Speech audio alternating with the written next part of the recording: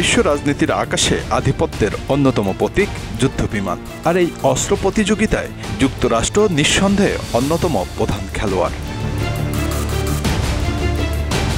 দেশটির তৈরি যুদ্ধবিমান যেমন F-16, F-35 কিংবা পুরনো F-15 এসব শুধু প্রযুক্তির নিদর্শন নয়, বরং এক প্রকার কূটনৈতিক হাতিয়ারও। কিন্তু এই যুদ্ধবিমান কেনা মানেই কি শুধু প্রতিরক্ষা সক্ষমতা বৃদ্ধি?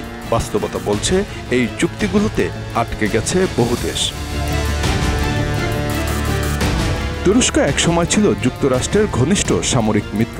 তারা $1.4 বিলিয়ন খরচ করে যুক্ত হয়েছিল আমেরিকার 5th জেনারেশনের ফাইটার জেট 35 প্রোগ্রামে। কিন্তু 2019 সালে তুরস্ক রাশিয়ার S-400 ক্ষেপণাস্ত্র প্রতিরক্ষা ব্যবস্থা কেনে। এর জবাবে আমেরিকা তুরস্ককে F-35 প্রোগ্রাম থেকে বের করে দেয়।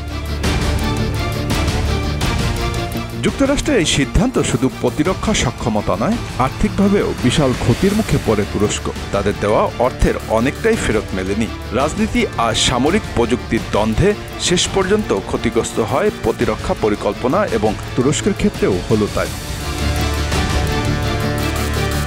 ভারত বহু বছর ধরে আমেরিকার কাছ থেকে বিভিন্ন অস্ত্র কিনছে।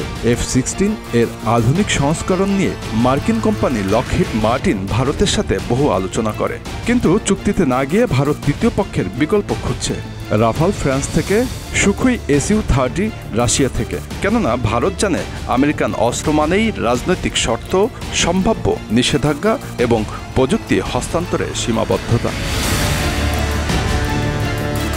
মিশর বহু বছর আগে থেকেই F-16 যুদ্ধবিমান ব্যবহার করে আসছে, কিন্তু মানবাধিকার লঙ্ঘন ও সামরিক দমন পীড়নের অভিযোগে একাধিকবার যুক্তরাষ্ট্র তাদের কাছে অস্ত্র সরবরাহ স্থগিত করেছে। এর ফলে বিমানগুলোর যন্ত্রাংশ বা আধুনিকীকরণ বাধাপ্রাপ্ত হয়।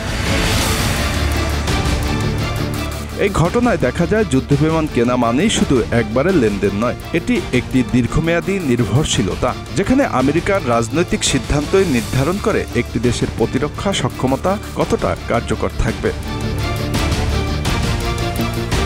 থাইল্যান্ড যখন চীন থেকে সাবমেরিন কেনার চেষ্টা করেছিল, তখন তাদের F-35 কেনার আগ্রহ উপেক্ষা করে আমেরিকা, কারণ তাদের নীতি অনুযায়ী প্রতিযোগী দেশের সঙ্গে ঘনিষ্ঠ সামরিক সম্পর্ক থাকলে উন্নত মার্কিন প্রযুক্তি নিষিদ্ধ হতে পারে।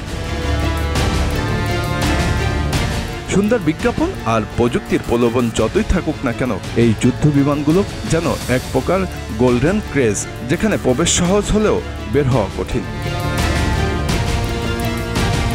বিশ্বের অনেক দেশ এখন নিজের প্রতিরক্ষা সক্ষমতা বাড়াতে আত্মনির্ভরতার পথে হাঁটছে, কারণ তারা বুঝতে পেরেছে আধুনিক যুদ্ধবিমান কেনা মানে কেবল একটি প্রযুক্তি কেনা নয়, বরং রাজনৈতিক বন্ধন গলায় জড়িয়ে নেওয়া। Bangla affairs news desk.